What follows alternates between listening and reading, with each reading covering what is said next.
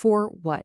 Centuries now, we've been told there's this massive conflict between science and spirituality, right? One is all about hard facts, the other is all about faith. But what if that whole fight is based on a fundamental misunderstanding? Today, we are going to dive into an idea that completely reframes this entire debate. Okay, so let's start with the map we all know. Over on one side, you've got science. This is the world of measurement, of cold, hard data, of experiments you can do over and over again.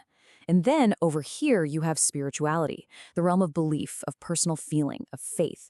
I mean, they look like two totally separate, even opposing universes. But here is the question that changes everything. What if this isn't a conflict between reality and make-believe? What if it's really just confusion between two different but equally important ways of knowing things? What if the map we've been using has been wrong this whole time? To find a better compass, we're going to turn to the work of this amazing thinker, Gregory Bateson. His ideas, well, they give us a completely new way to navigate this whole territory. Bateson's entire philosophy can almost be boiled down to this one simple but incredibly deep phrase. For him, true understanding didn't come from just breaking things down into smaller and smaller pieces. No, it came from seeing the relationships, the structures, the patterns between things. So what's so cool about this framework is how it flips our idea of knowledge on its head. For Bateson, information isn't just raw data. It's, as he put it, a difference which makes a difference. Think about it like this. A single piano key is just a sound, right? But the difference between two notes, well, now you have a melody. Meaning doesn't live in the note, it lives in the context, in the relationship. And that means knowledge isn't just piling up facts like bricks, it's an organized, interconnected web. And this, right here, brings us to the real aha moment of this whole explainer. We're about to swap out that old, broken distinction for one that actually works. Okay, so here's the big move. We're just gonna throw out the whole science versus spirituality debate. It's a dead end. Instead, we're going to talk about two fundamental ways that we, as humans, make sense of our world. And here they are. On the one hand, you've got empirical knowledge. This is what we usually call science. Its whole game is to isolate variables, to verify things with precise measurements, and it's optimized for control. But on the other hand, you have structural knowledge. This is a totally different beast. Its goal isn't to control something, but to recognize it. It works by detecting patterns that show up again and again, and you verify it, not with a ruler, but by how well it all fits together, by its coherence over time. So let's just lock this in. What are we talking about when we say structural knowledge? It's a way of understanding that's built on recognizing patterns, on seeing how things connect in a coherent way, and then, and this is key, confirming it through your own lived experience. This isn't about abstract facts, it's about relational truths. All right, so now we've got this powerful new tool in our toolkit, this idea of structural knowledge. Let's take it and apply it back to our original problem and see how it just completely redefines what we mean by spirituality. So, using this new lens, we can come up with a totally new definition.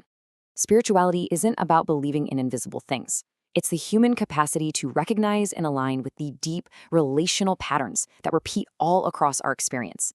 It's like becoming literate in the language of patterns. And these patterns, they are everywhere. You know, think about the branching pattern of a tree and a river delta and the bronchial tubes in your own lungs.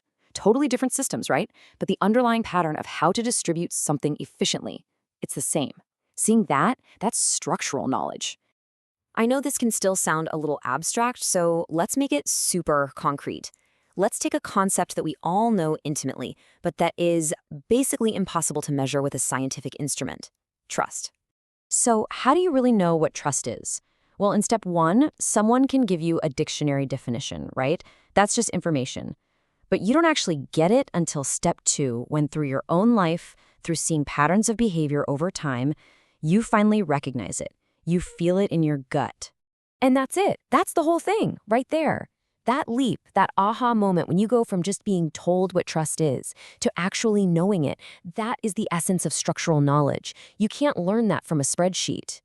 And that's exactly why this kind of wisdom can't really be taught, it can only be learned. You can point someone in the right direction. You can tell stories or myths, parables that model the pattern. But at the end of the day, each one of us has to see it for ourselves. The recognition has to happen inside you. So where does all this leave us? Well, it takes us way beyond that old, pointless argument and moves us toward a much more whole, unified view of how we understand our world. The big takeaway is that these two ways of knowing, the empirical and the structural, they're not at war with each other. They're complementary. They're partners. They're different tools for different jobs. And frankly, you need both to get a complete picture of reality. So what does this partnership actually look like? This little chart just sums it up perfectly. Science, or empirical knowledge, is the master of measuring whatever it can isolate and put under a microscope. Spirituality, or structural knowledge, is the art of recognizing what can only be understood in relation to everything else. One takes things apart to see how they work, the other sees how they all fit together. Which leads us to this really beautiful and powerful conclusion. We live in a world where some truths absolutely can and should be measured. But there are other truths, deep truths about things like love and meaning and wisdom that can't be measured. They have to be seen. So our final reframing is this. Spirituality is not belief without evidence. It is recognition without instrumentation. You could almost call it a science of pattern, a really rigorous, disciplined engagement with the relational truths that give our existence shape and meaning. And that leaves us with one last question to carry with us. If this is all true, it means we are swimming in an ocean of invisible patterns all the time. So the question for each of us is, what are the unseen patterns that are shaping your reality right now?